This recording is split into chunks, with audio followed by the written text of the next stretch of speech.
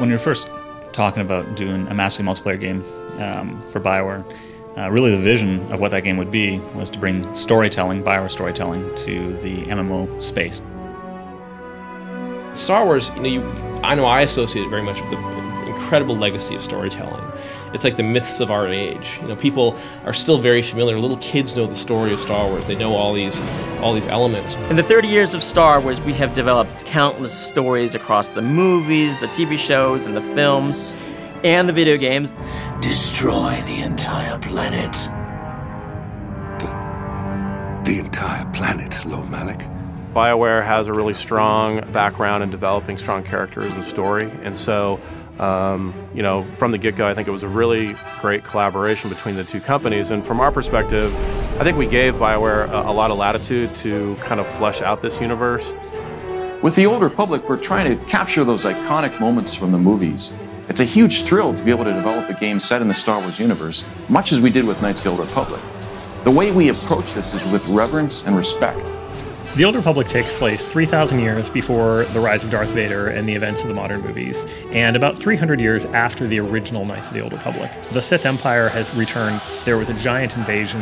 There was a war that lasted for decades that ended in a very shaky peace treaty. These are the events you get to see during the cinematics pieces. Now it's been a little bit more than a decade, and a new generation is coming up, and they're seeing that the peace is obviously not going to hold. And these new people, who the players are going to be taking care of, these are the next generation of heroes. It's a time period where there are thousands of Jedi and thousands of Sith, and they're fighting in a huge galactic war. There's still the traditional hallmarks of Star Wars storytelling. There's epic heroes, and there's great adventures, and there's lots of choice, impactful choice that you'll make throughout your adventure. We really felt that in order to do powerful BioWare-style storytelling, we had it to be personal and about the player. And the best way to do that was to have the story based around the class choice you made at the beginning. Are you going to be a bounty hunter? Are you going to be a Sith warrior? Are you going to be a Jedi Knight? You should have a completely different story depending upon that. As we've gone through various builds and betas, I miss characters that I've rolled, and I'm very disappointed that they're gone. And I want to be able to play them again. It's not just the story, the entertainment value, it's really an attachment to the character is what that story leads to. Wow, we're really meeting Mandalore. Oh, this is going to be incredible. LucasArts has provided a great deal of the voiceover work, the music work, the sound effects work, and that's been this absolutely awesome experience. Of course, there's a great deal of VO in this game. Being able to breathe life into these stories that BioWare has written with really talented actors and really talented voice directors has been a thrill. Criticism.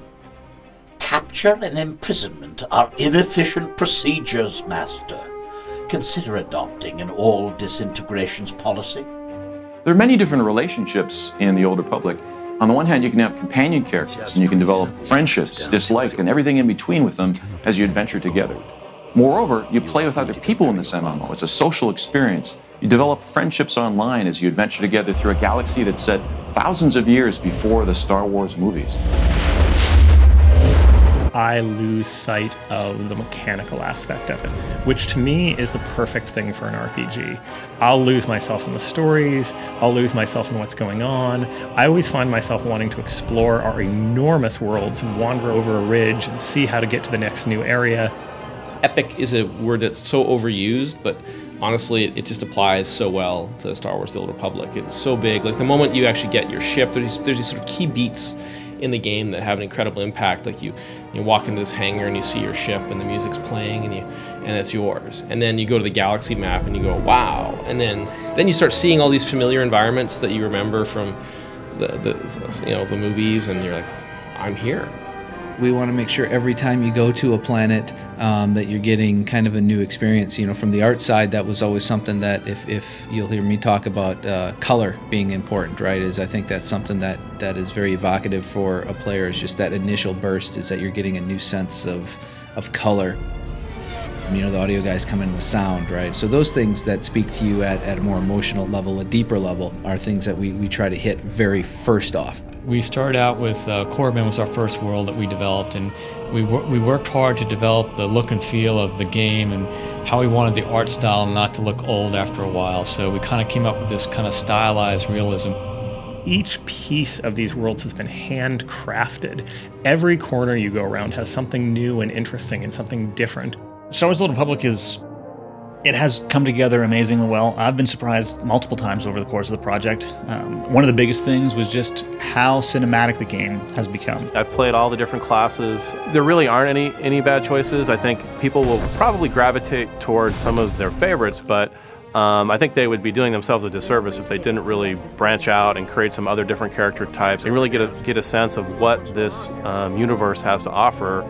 I hope when the game comes out and it starts to grow, we bring in people who haven't traditionally been fans of the MMOs, as well as the hardcore MMO fans. The people come in who love Star Wars, who love role-playing games, who just love the idea of being out there and having this great big adventure, and they say, hey, I can get into this, I understand this, I always wanted to have my own Star Wars trilogy, and now I do. I think the gamers will be excited about this being personal stories. Because of the way the game works, you can make choices. You can go light side or dark side. There is no black and white with Jedi and Sith in this era. The fans have been an essential part of making this game possible. They're really, really dynamic and active in the community. Our fans are our best ambassadors. If they love the game, I mean, they can bring their friends in. So we have put a real importance on the relationship with them. In Star Wars: The Old Republic, we want to have world-class service as well as a world-class game. Not only are you going to be exploring dozens of different worlds and starships and environments in the game, but you're also going to be doing it with hundreds and hundreds, if not thousands of other people at the same time in one world.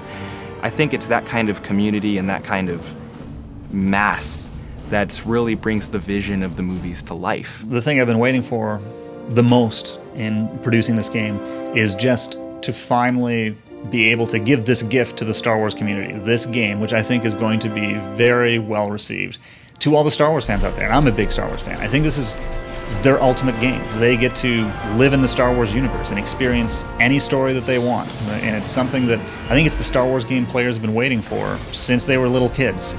The shipped content is only the beginning. As soon as you get in there and we go live, very soon you guys will get to hear about the new cool stuff coming just a little while after.